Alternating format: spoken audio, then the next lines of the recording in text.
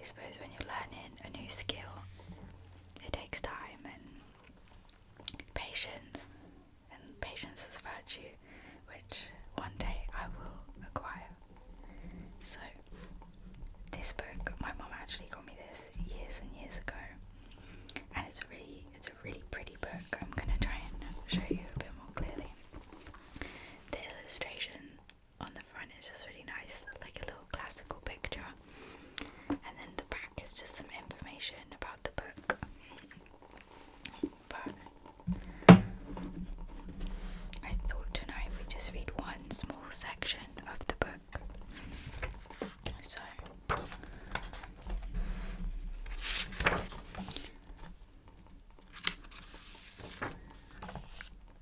goes through the introduction to the basic concepts, how classical mythology came into being, the mythological world places, the mythological world characters, peculiarities of mythological narrative. Then it goes into time, what happens in classical mythology. Then it goes into deities, themes, concepts, and there's lots here. Then finally it says annotated print and non-print resources. It's very interesting. So it doesn't really tell the individual stories like a storybook, it's more like information, but I really like it. So today we're going to read from the bit about the principal gods. So I folded over to a little page here. So we're going to start on page 27. If there's a part of this book that you would like me to read, please just let me know and I will read it. The mythological world. Characters. The principal gods. The major gods of ancient Greece in myth and cult are the 12 Olympians. They are a family consisting of Zeus, his brother Poseidon, his sisters Hera, Demeter and Hestia, his sons Hermes, Hephaestos, Ares, Apollon and Dionysus, and his daughters Athena, Aphrodite and Artemis. Zeus's other brother Hades, the ruler of the dead, resides among his subjects, and so is not strictly an Olympian. But the matter is not so simple as that. For one thing, the ancient sources sometimes disagree about the percentage. The ancient sources sometimes disagree about the parentage of deities. But according to another, she emerged from the semen of the god Uranus, in which case she is not. For another thing, the Greeks were in agreement about the number of the Olympian gods, 12, but they did not agree exactly which were the 12, and if you tally the Olympian gods I have just listed, you will find that they add up to 13. The reason why the Greeks insisted upon the number 12 is that this is a pattern number, a culturally favoured number, being a multiple of the extremely popular Indo-European pattern, number 3. And I think that's still a popular number now. Many people, their favourite number is 3. Or like people say bad things come in 3, good things come in 3s. It's funny how people are funny about numbers. To the Greeks, as to us, 12 is a comfortable number, just right, whereas its neighbours on each side, 11 and 13, seem awkward, and for us 13 is even taboo, a number to be avoided. In lists or visual representations of the 12 gods, sometimes Dionysus is absent, perhaps because he was deemed to be the most recent Olympian. At times Hestia is omitted, perhaps because she was rather colourless, and sometimes other deities are present or missing. Zeus is the ruler of the family, a privilege that he wins during the conflict of the Olympian gods against the Titan family of gods. In this respect, the Olympian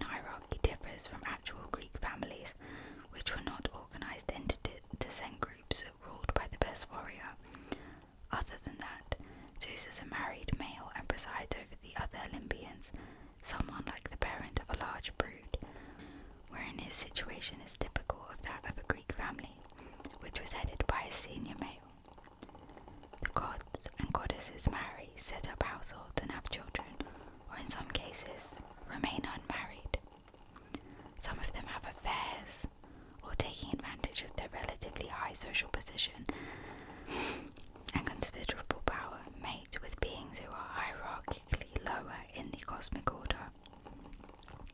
Like their human counterparts perhaps, the male deities are more likely than the females to engage in extramarital sex, their encounters being mostly heterosexual, but sometimes, for the males, homosexual. Several goddesses remain virginal by choice. The historian Herodotus declares in a famous observation that Homer and Hesiod defined the gods for the Greeks, saying that the two poets distinguish their names, provinces, skills and forms.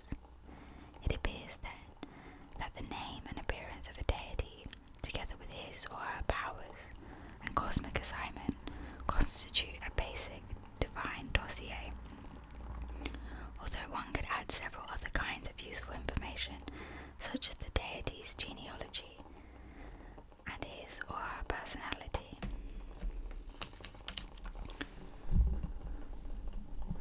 Since the Olympians are the most important gods in classical mythology, let us consider them individually. Touching upon some of these qualities, I begin with the 5 brothers and sisters who make up the elder generation of Olympians and proceed to the younger generation. The patriarch of the clan is Zeus, Roman name Jupiter. The other Olympians are his siblings or children. His principal province is the sky, and his weapon is the thunderbolt, by means of which he maintains his position as king of gods and humans.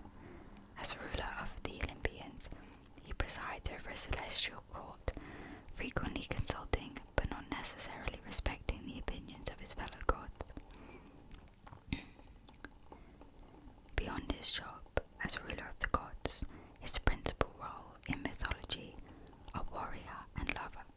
He is far and away the most promiscuous of the gods, not to mention the most inventive in his promiscuity.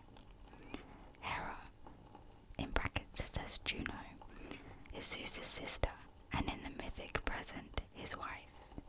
Several of the younger Olympians are their children.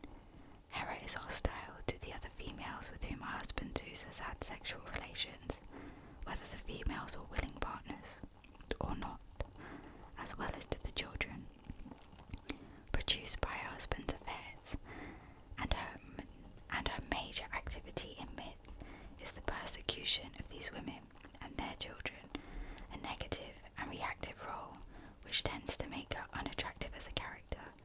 She plays a positive role, however, as the divine protector of the hero Jason.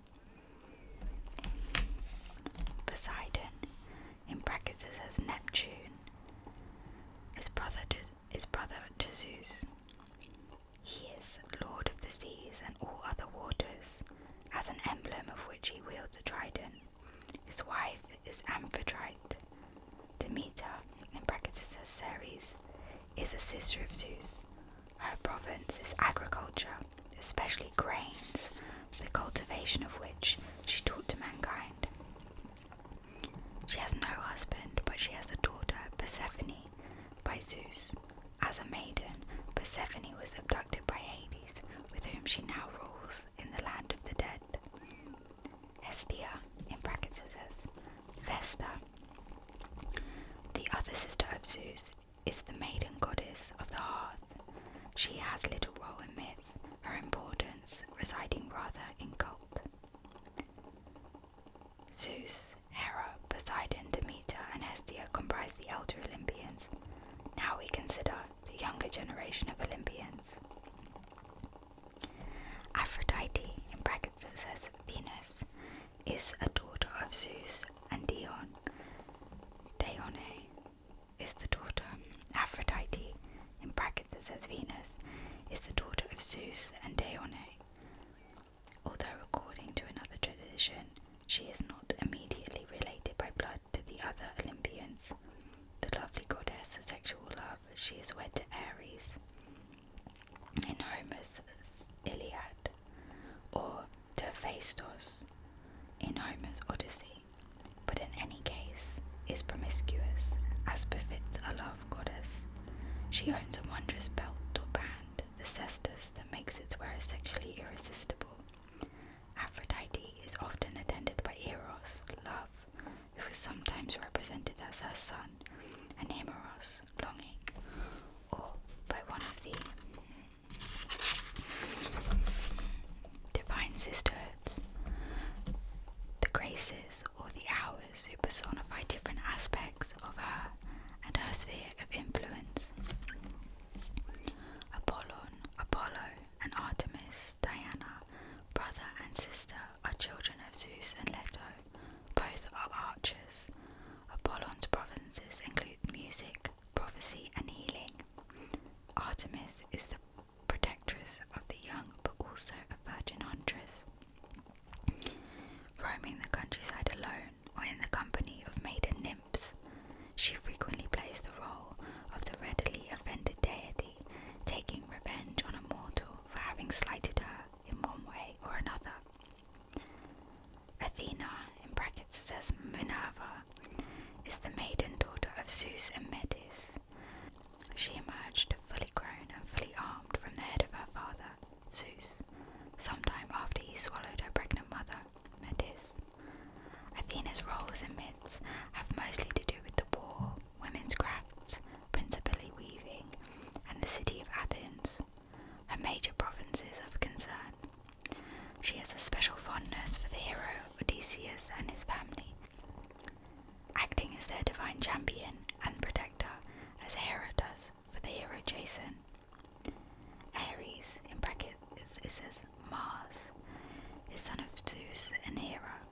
Like Athena, he is a god of war, but unlike her, he is associated with the extremes of warrior behavior, battle frenzy on the one hand and cowardice on the other. Ares is the husband or lover of Aphrodite, who bore him Phobos, fear, and Deimos, terror, personifying aspects of his powers as a god of battle, and these two deities sometimes accompany him. Hephaestus, Vulcan, a son of Zeus and Hera, or Hera alone, is the hunchbacked or crippled smith of gods. He plays the role of the marvelous craftsman, building palaces and fashioning wondrous objects for the gods. According to Homer's Odyssey, he is wed to Aphrodite, who is unfaithful to him. Hermes, Mercury, is an unmarried son of Zeus and Maya, bearing a special wand with wondrous powers, the Caduceus, and wearing winged sandals. He is a cosmic intermediary, carrying messages from Olympus to Earth, or escorting the souls of the newly dead from Earth to Erebos. At other times, he plays the role of the sly and amoral trickster.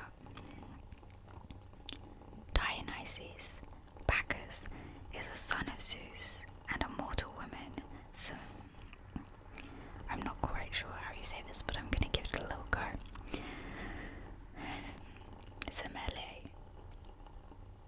When Semele perished, Zeus sewed into his thigh.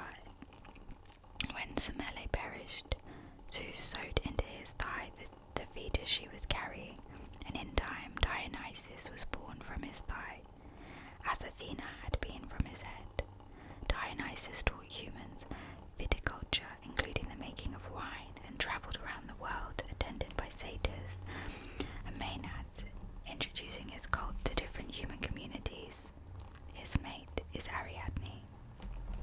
There are other denizens of Olympus who are not numbered among the Olympian deities as such. The hero Heracles, in brackets Hercules, is the son of Zeus and a mortal woman, Alcmene. A man of extraordinary strength, he accomplished 12 great labours or tasks, in addition to many other deeds, and after death he was accepted as a god amongst the Olympians, where he has a wife, Hebe, youth. Ganymedes is also found on Olympus, serving as a cupbearer to the gods, and the hours, and at times other celestial nymphs, such as Graces, can be found there. And here we have a little picture. So it says Zeus, Dione, made Aphrodite. Zeus and Leto made Apollon and Artemis. Zeus and Hera made Ares. Zeus and Metis made Athena.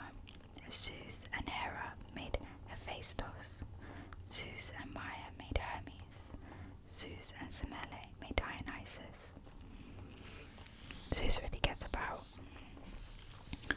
Tradition wavers between representing a god's individual powers as internal or external. Is Aphrodite powerfully seductive because she is beautiful and sensuous, female, or because she possesses a wondrous garment, the cestus, which has property of making its bearer sexually irresistible? Is Zeus supreme because he is the strongest of the gods, or because he wields the most powerful weapon in the universe, the thunderbolt?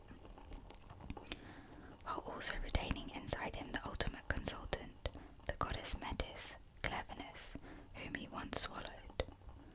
Now intrinsic and now extrinsic, the deity's peculiar power may be represented as being inherent, or it may be externalized in the form of a tool, such as Hermes' caduceus, Aphrodite's cestus, or Zeus's thunderbolt. The gods are officials in a cosmic bureaucracy that covers all imaginable territory. Each deity has his or her own province, or focus sphere of influence. In the cosmic order, Zeus being in charge of the sky, Demeter in charge of grains, Aphrodite in charge of erotic love, and so on. Many gods have multiple provinces. Poseidon is responsible not only for the waters, but also for horses and earthquakes, for which reason a common epithet for him is Earthshaker. When the other Olympians acclaim Zeus as king of the gods, he assigns or confirms their different offices. The usual Greek word for a deity's area of responsibility in the cosmic order is honor time, a term that in the corresponding human context. The usual Greek word for a deity's area of responsibility in the cosmic order is honor time, a term that in the corresponding human context refers to an office held by a civic official. A popular theme of Greek myths is how a particular deity acquires his or her peculiar provinces of concern. I'm so sorry, my cat came to visit.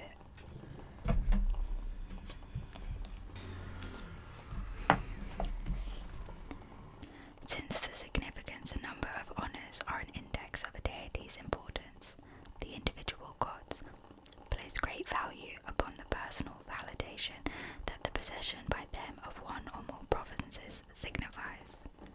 By the same token, they resent any slight to their honours by human beings, as well as any challenges within their allotted spheres of influence.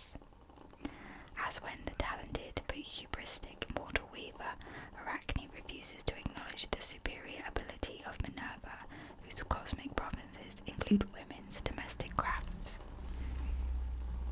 The individual occupations of the male deities are mostly divine versions of the occupations of men, and the occupations of the goddesses similarly correspond to those of women, with a few exceptions. Greek and Roman women did not engage in hunting as a sport, an activity that was proper to males, yet the goddess Artemis roams the wilderness as a huntress. Real Greek and Roman women did not act as soldiers, yet Athena is a goddess of war. Although women did not serve as heralds, the goddess Iris is one of the god's messengers. In these cases, female deities specialize in activities in which human females did not participate.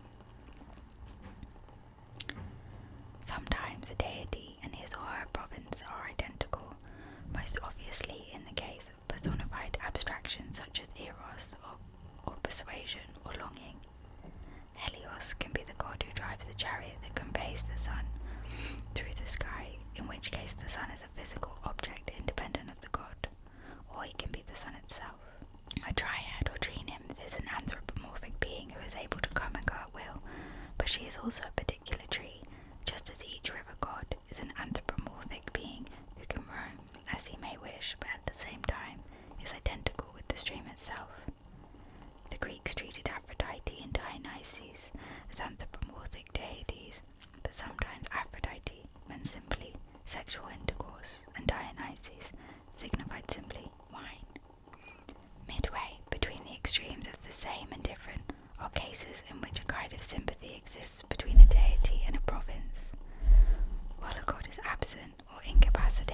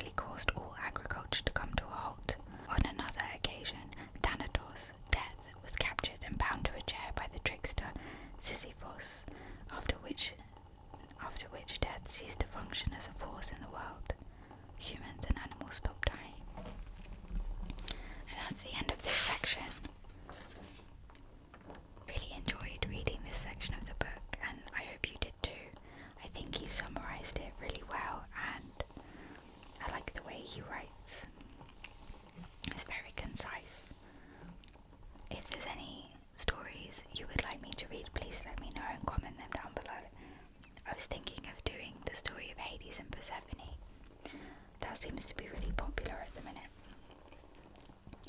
If you've made it to the end of the video,